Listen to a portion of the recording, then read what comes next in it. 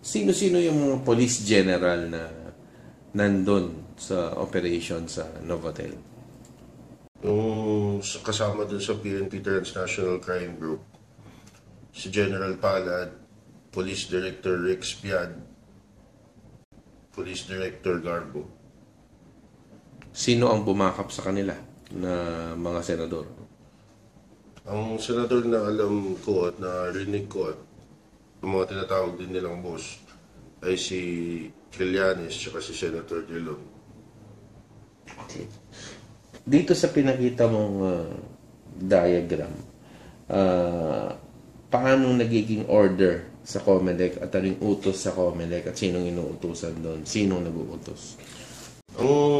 Doon sa dalawang nabanggit ko kanina na ang dalawang nag-aasikaso ng pandaraya na ito ay si Ochoa at si 25. Yan si 25, ang trabaho niya, siya ang bibili ng mga materyales sa Hong Kong at sa Germany ng mga PECOS. Tapos, tuturuan niya, uutusan niya ang COMELEC na asikasuhin ko ano yung kailangan niyang maasikaso. Sino naman si 25? Si 25 yung si Puno. Isa siya sa nagsabi na kung maaalala ninyo na noong 2004, nag-I am sorry si GMA. Siya nag-utos kay GMA na mag-sorry sa taong bayan at sa media. So, yun yung naging ano ni 25 doon. Gaano ba kalakas si 25? Nakakatakot ba siya? Sinong kaya makaneutralize sa kanya?